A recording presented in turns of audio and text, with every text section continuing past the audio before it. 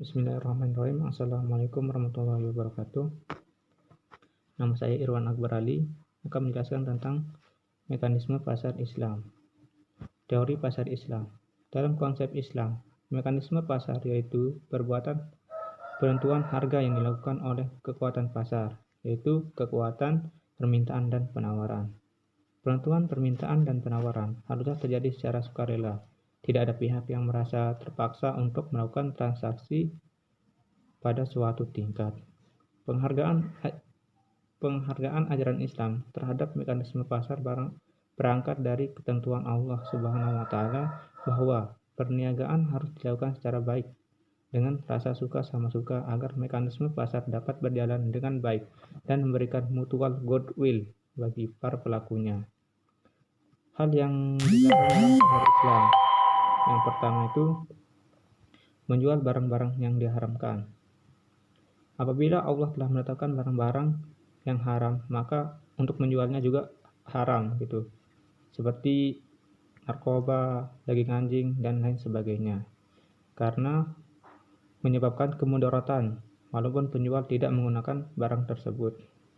Terus yang kedua, jual beli mulamasah. Jual beli yang dilarang dalam Islam selanjutnya itu adalah jual beli mulamasah, yaitu apabila kita menyentuh barang yang dijual maka kita harus membeli barang tersebut. Contohnya, kita datang ke pasar, kemudian kita menyentuh suatu barang yang diperdagangkan, maka kita harus membayar barang itu. Maka itu tidak dibolehkan dalam pasar Islam. Terus yang kedua, gaban merupakan harga barang yang di atas rata-rata harga pasar yang diberikan oleh penjual tanpa diketahui oleh si pembeli. Gaban ada dua jenis, yakni gaban kolil dan gaban fasih. Gaban kolil adalah selisih harga barang yang tidak terlalu jauh antara harga pasar dan harga penawaran, dan masih dalam kategori yang dapat diterima oleh pihak pembeli. Sedangkan gaban fasih adalah selisih harga penawaran dan harga pasar yang cukup jauh, di mana sekelompok orang bersepakat untuk bertindak secara berpura-pura menawar barang yang ada di pasar untuk tujuan menjebak orang yang ingin membeli barang, supaya harga menawar tersebut membutuhkan pihak ketiga gitu, agar barang yang dijual itu dibeli dengan harga yang lebih mahal. Terus yang ketiga itu yang keempat, ihtikar adalah menimbun barang ataupun jasa yang diperlukan masyarakat dan kemudian si penimbun mengeluarkannya sedikit demi sedikit dengan harga jual yang lebih mahal dan harga biasanya dengan tujuan agar mendapat keuntungan lebih banyak. Contohnya itu kayak kemarin itu ada yang menimbun masker gitu. Nah, kayak gitu udah. Terus perbedaan pasar Islam dengan pasar konvensional. Perbedaan pengertiannya. Menurut ekonomi kapitalis atau klasik, pasar memainkan peraturan yang sangat penting dalam sistem perekonomian. Ekonomi kapitalis menghendaki pasar bebas untuk menyelesaikan permasalahan ekonomi, mulai dari produksi, konsumsi, sampai distribusi. Semboyan pasar kapitalis itu adalah leisure faire et leisure demande. Sedangkan menurut ekonomi Islam berpandangan bahwa pasar, negara, individu, bahkan dalam keseimbangan atau ihtishad tidak boleh adanya sistem sepihak ataupun berat sebelah, sehingga dominan satu sama lain gitu. Pasar dijamin kebebasannya itu dalam Islam. Pasar bebas juga menentukan cara-cara dalam produksi dan harga. Tidak boleh ada gangguan yang mengakibatkan rusaknya keseimbangan pasar. Namun, dalam kenyataannya sulit ditemukan pasar yang berjalan sendiri secara adil. Dalam hal distorsi atau gangguan yang terjadi dalam pasar juga sering terjadi. Perbedaan konsep pasar konvensional dan pasar Islam. Menurut konsep ekonomi kapitalis, pasar yang baik adalah persaingan bebas. Karena pasar bebas, menyelesaikan permasalahan ekonomi mulai dari produksi, konsumsi, sampai dengan distribusi. Sedangkan harga yang ditentukan oleh adanya permintaan dan penawaran. Prinsip pasar bebas akan menghasilkan keseimbangan dalam masyarakat, di mana nantinya akan menghasilkan upah yang adil, harga barang yang stabil, dan kondisi tingkat pengangguran yang rendah. Sedangkan menurut konsep ekonomi Islam adalah antara individu dan negara sama-sama memiliki peran dalam pasar sesuai dengan ketentuan masing-masing. Dan soal harga pun ditentukan oleh adanya permintaan dan penawaran, dan keseimbangan dalam Islam terjadi apabila penjual dan pembeli saling merelakan. Dan di dalam Islam terdapat prinsip-prinsipnya, yaitu ada arido, yaitu segala transaksi yang dilakukan haruslah sesuai dengan dasar kerelaan antara masing-masing pihak. Yang kedua ada persaingan sehat. Mekanisme pasar akan terhambat bekerja jika terjadi penimbunan atau monopoli. Yang ketiga, kejujuran. Kejujuran merupakan pilar yang sangat penting dalam Islam, sebab kejujuran adalah nama lain dari kebenaran itu sendiri. Sebab nilai kebenaran itu akan berdampak langsung kepada para pihak yang melakukan transaksi dalam perdagangan dan masyarakat secara luas. Yang keempat, keterbukaan serta keadilan. Pelaksanaan prinsip ini adalah transaksi yang dilakukan dituntut berlaku benar dalam pengungkapan kehendak dan keadaan yang sesungguhnya.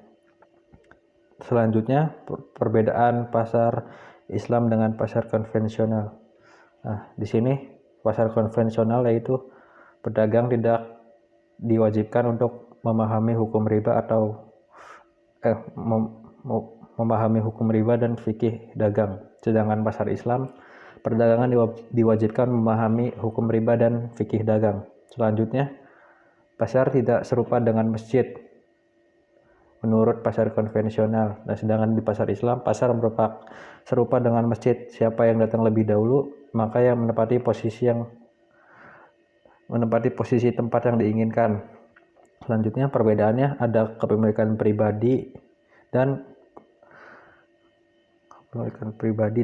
pasar Islam itu pasar adalah sedekah bagi kaum muslimin.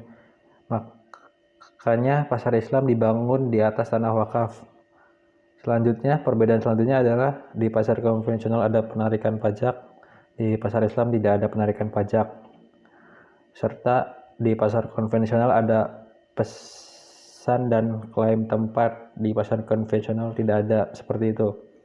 Nah, di pasar konvensional ini tidak adanya mustahib, sedangkan di pasar Islam adanya mustahib. Mustahib yang bertugas mengawasi pasar Islam agar tidak terjadi kegiatan muamalah yang melanggar syar'i seperti berdusta dan sumpah palsu dalam menawarkan barang dagangannya. Selanjutnya, aktor yang mempengaruhi pasar Islam. Yang pertama, persaingan sempurna, di mana penjual dan pembeli tidak dapat mempengaruhi harga sehingga harga di pasar benar-benar merupakan hasil kesepakatan dan interaksi antara penawaran dan permintaan. Yang kedua, ada monopoli, di mana hanya terdapat satu penjual yang menguasai pasar. Yang ketiga, monopolistis, di mana terdapat banyak produsen yang menghasilkan barang serupa, tetapi memiliki perbedaan dalam beberapa aspek. Yang keempat, oligopoli, di mana penawaran satu jenis barang dikuasai oleh beberapa perusahaan.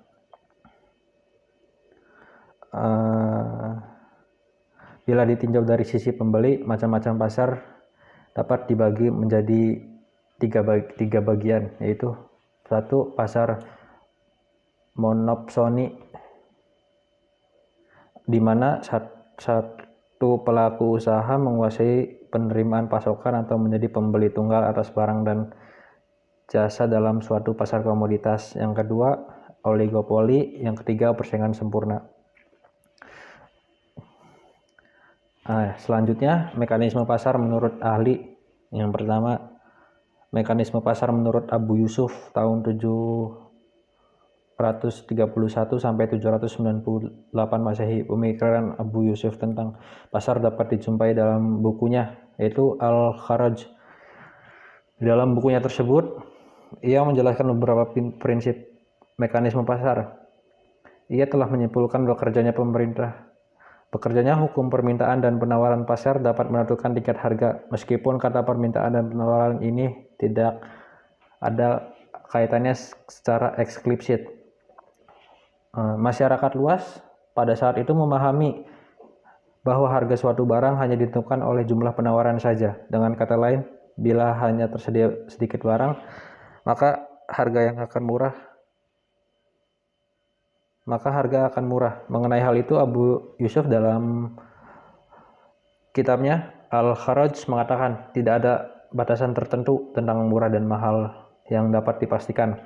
Hal tersebut ada yang mengaturnya. Prinsip tidak bisa diketahui murah dan karena melimpahnya makanan. Demikian juga mahal bukan karena kelangkaan makanan. Murah dan mahal merupakan ketentuan Allah. Kadang makanan sangat sedikit tapi harganya murah. Abu Yusuf tercatat sebagai ulama terawal yang menyinggung mekanisme pasar. Teori ini menjelaskan hubungan antara harga dengan banyaknya kuantiti yang diminta. Hubungan harga dan kuantiti dapat diformulasikan sebagai berikut. D sama dengan Q sama dengan F dikali P. Formulasi ini menunjukkan bahwa pengaruh harga terhadap suatu permintaan dan komoditi adalah negatif. Apabila P naik, maka Q turun. Berikut pula sebaliknya. Apabila P turun, maka Q naik. Dari formulasi ini, kita dapat disimpulkan bahwa hukum permintaan mengatakan bahwa bila harga komoditi naik, maka akan direspon oleh penurunan jumlah komoditi yang dibeli. Begitu juga apabila harga komoditi naik, maka akan direspon oleh konsumen dengan meningkatnya jumlah komoditi yang dibeli. Akan tetapi Abu Yusuf membantah pemahaman tersebut, karena pada kenyataannya tidak selalu terjadi bahwa apabila persediaan barang sedikit, maka harga akan mahal, dan bila persediaan barang melimpah, maka harga akan murah. Hal ini dapat digambarkan sebagai dari pernyataan tersebut, tampaknya Abu Yusuf menyangkal pandangan umum mengenai hubungan terbalik antara persediaan barang dan harga.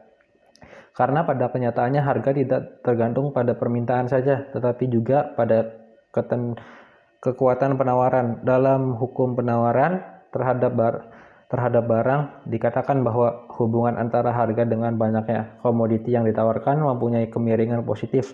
Dalam sebuah formulasi yang sederhana, hubungan antara harga dan jumlah komoditi dapat dilihat di bawah ini. S sama dengan Q sama dengan F. S sama dengan Q sama dengan F dikali P. Formulasi ini menunjukkan bahwa pengaruh harga terhadap jumlah permintaan suatu komoditi adalah positif. Apabila P naik, maka Q naik pula. Dengan demikian juga dengan sebaliknya, apabila P turun, maka Q turun pula. Sehingga dapat disimpulkan bahwa hukum penawaran mengatakan bahwa bila harga komoditi naik, maka akan direspon oleh penambahan suatu jumlah komoditi yang ditawarkan. Begitu juga apabila harga komoditi turun, maka akan direspon oleh penurunan jumlah komoditi yang ditawarkan. Mekanisme pasar menurut Ibnu Khaldun, 1332 hingga 1383 Masehi. Pemikiran Ibnu Khaldun tentang pasar memuat dalam buku monumental Al-Muqaddimah, terutama dalam bab harga-harga di kota-kota, Price in Town. Ia membagi barang-barang menjadi dua kategori, yaitu barang pokok dan barang mewah. Menurutnya, jika suatu kota berkembang dan jumlah penduduknya semakin banyak, maka harga barang-barang pokok akan semakin menurun, sementara harga barang mewah akan naik.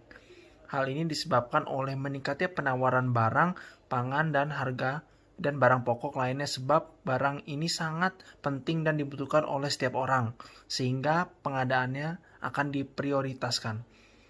Sementara itu, harga barang mewah akan naik sejalan dengan meningkatnya gaya hidup yang mengakibatkan peningkatan permintaan barang mewah ini.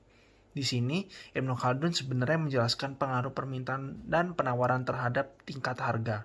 Secara lebih rinci, ia menjelaskan pengaruh persaingan antara para konsumen dan meningkatnya biaya-biaya akibat perpajakan dan pungutan-pungutan lain terhadap tingkat harga. Dalam buku tersebut, Ibnu Khaldun juga mendeskripsikan pengaruh kenaikan dan penurunan penawaran terhadap tingkat harga. Ia menyatakan, ketika barang-barang yang tersedia sedikit, maka harga-harga akan naik. Namun, bila jarak antar kota dekat dan aman untuk melakukan perjalanan, maka akan banyak barang yang diimpor sehingga ketersediaan barang akan melimpah dan harga-harga akan turun. Pengaruh tinggi rendahnya tingkat keuntungan terhadap perilaku pasar, khususnya produsen, juga mendapat perhatian dari Ibnu Khaldun. Menurutnya, tingkat keuntungan yang wajar akan mendorong tumbuhnya perdagangan, sementara tingkat keuntungan yang terlalu rendah akan membuat lesu perdagangan. Para pedagang dan produsen lainnya akan kehilangan motivasi bertransaksi. Sebaliknya, jika tingkat keuntungan terlalu tinggi, perdagangan juga akan melemah sebab akan menurunkan tingkat permintaan konsumen. Ibnu Khaldun sangat menghargai harga yang terjadi dalam pasar bebas. Namun ia tidak mengajukan saran-saran kebijakan pemerintah untuk mengelola harga. Ia lebih banyak memfokuskan kepada faktor-faktor yang mempengaruhi harga. Kesimpulan, menurut ekonomi kapitalis, pasar memainkan peranan yang sangat penting dalam sistem perekonomian. Maksudnya, biarkan saja perekonomian berjalan dengan wajar tanpa intervensi yang berlebih dari pemerintah. Nanti akan ada suatu tangan tak terlihat yang akan membawa perekonomian tersebut ke arah keseimbangan. Jika banyak campur tangan pemerintah, maka akan mengalami distorsi yang akan membawa perekonomian pada ketidakefisienan dan ketidakseimbangan. Namun, kenyataannya sulit ditemukan pasar yang berjalan sendiri secara adil. Dalam hal ini, distorsi yang terjadi dalam pasar juga sering terjadi. Ar-ridho, yakni segala transaksi yang dilakukan haruslah atas dasar kerelaan antara masing-masing pihak. Kejujuran merupakan pilar yang sangat penting dalam Islam. Sekian dari kelompok kami. Apabila ada salah-salah kata, mohon dimaafkan. Assalamualaikum warahmatullahi wabarakatuh.